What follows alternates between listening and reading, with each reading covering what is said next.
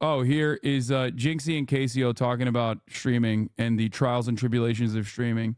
Job is secure, but no job is like really that secure. Nope. You could always lose your job. Yep. And like the other thing is like, Caseoh. I want to be like rewarded for like what I'm like doing. So like if I have a stream that does really well, I want to see like kickback on that in like terms of growth, right? Because like if I'm working a job and I get this salary and I'm clearing the same check every month, I'm going to lose passion so fast. Oh, easily. Especially like, dude, oh my goodness. For those of you who don't know, these are the two biggest streamers on the planet right now. They came basically out of nowhere, blew the fuck up, and popped off, and they're killing it. Caseoh and also Jynxzi. Caseoh does a lot more variety. Jynxzi, on the other hand, is a Rainbow Six Siege streamer originally. Biggest dude, be nice to Caseoh. Okay, Jesus Christ. But yeah, it is. I have a lot of respect for both of them. I think that they did it. They did the damn thing. People have been talking about TikTok conversions for quite some time. They were the ones who actually were able to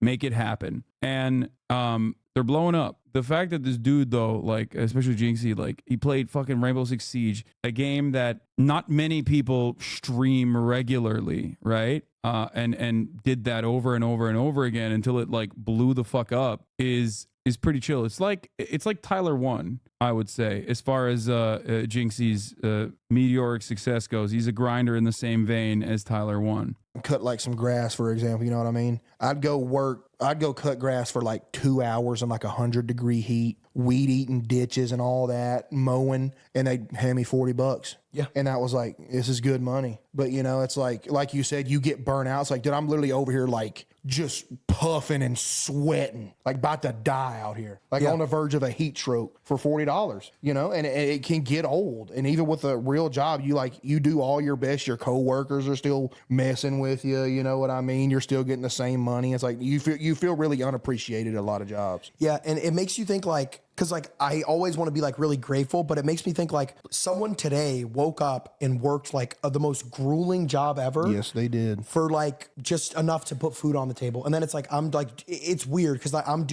just starting a stream. And it's like, you know what I mean? It's really trippy. Yeah. And again, it's like, you know, it makes you wish everybody could like do something that they love to do every day. You know what I mean? Because there's so many people like my dad. Bro, I fucking love this conversation, by the way. No, it's phenomenal, dude. They're 100% on the money. They're so right. They're literally describing how alienation fucking works. It's a fundamental plank of my commentary, that the notion that like my major freedom comes from the fact that I have autonomy and I can feel fucking human. And they're just saying it. They're saying it in a way that is like infinitely more accessible to the layman. It's awesome. For example, like, dude, this whole life, you know. Same with my dad. Yeah, just working. He's had multiple back surgeries, multiple wrist surgeries, multiple foot surgeries, all from just working his whole life. You know what I mean? And it can break you down, bro. It really can. That's why, like you said, never take it for granted. You know what I mean? Never take it for granted. Absolutely and like, not. That's why, like, we were already talking about it earlier, but like, I feel so bad when I miss a stream because it's like, bro, dude, my job is so easy. It eats me alive. Yeah. Like at first I'll put the message out, be like, you know, no stream tonight. And then you just got to see all that. Like, you see, it's like, dude, I let so many people down. Yeah. It's not like you're calling into work and it's just making your boss kind of mad. It's like when you take a night off, you legitimately like ruined a lot of people's nights, you know? Yeah. I mean, cause it's like, no, these guys are not, this is way before I talked about like streaming in general. This is 9 days prior. Like, I don't know, like, cause like you were saying with your dad, like he's worked his whole life. My dad has worked his whole life too. So it's like, I'm 22. My only job is to go to my PC and click still be taking a night off. And I'm still taking a night off. And it's like, bro.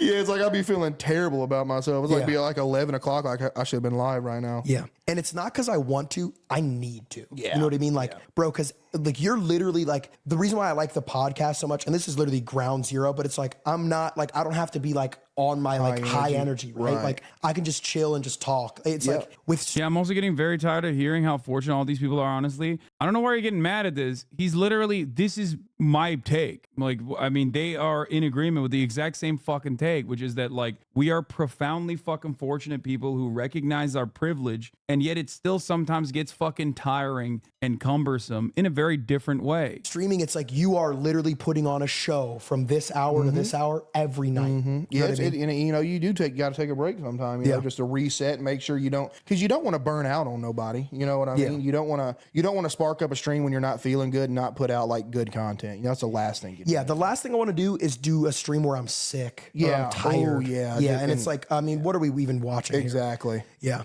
Yeah. 90% of the manufactured drama online is caused by whether or not people like you. That's it. And they're right. They're correct. What they're saying is correct. And that's why I get so mad. I don't get mad at the people that see the Twitter clip out of context and get fucking mad at me. Because, like, they're doing shit fucking jobs that they hate. And they're like, fuck this privileged asshole. How dare he fucking say that streaming is more difficult than a real job? I don't think that. Even the fact that I called it a real job implies that streaming is not a fucking real job. That's also the reason why I don't stop and do it nonstop. Do you understand? I have enough. If I were to be like, you know what? Fuck this shit. I'm done. I'm sick and tired of it. I could just fucking stop and make my money work, which is what many people do. And no one even questions the ethics of such things. That is what the expectation is. Well, the reason why I do what I do is because, one, I love what I do. I'm profoundly fortunate and I recognize it every fucking day, literally all the time. The other reason why I don't stop is because of people like this, because they really want me to. But the major reason is because I want to have a space for people that are questioning the way things work. And I feel like I have cultivated a relatively sizable community of like-minded individuals or people who are at least curious about the conditions that we experience, the conditions that we live under. And I want to make sure that people recognize that the real villains are not necessarily other people. They're not Mexicans. They're not immigrants. They're not trans people. It is the structure itself that is fundamentally broken. So I get the resentment that a lot of people have. I still think it's misguided, but I understand where it comes from. That's it. I personally think that deep down inside, no matter what, and I'm being very honest here, maybe you'll laugh at that, but I think that what I do matters a little bit to some people. And it's not just being able to fundraise on a whim for issues that this community cares about. It's the fact that I'm only one person, but this community has a lot of people that have went on to become labor organizers, went on to unionize their workplaces, went on to become community organizers, went on to actually get elected in local office. I'm a union steward because of you. See, this is what I mean. Like, I love stories like this. That's why I do what I do. And that's why I will continue doing what I do, regardless. Obviously, I am phenomenally privileged, insanely lucky. It is something that I recognize every single fucking day. I hope that these guys don't actually change their perspective as they get more and more successful, because the further you move away from like the trials and tribulations of a normal existence, the more out of touch you do become. As streamers, we all go through that cycle, and it's very, very hard to maintain your grounding. Anyway, I am happy though that these guys have experienced meteoric success, especially because they seem very reasonable and very grounded.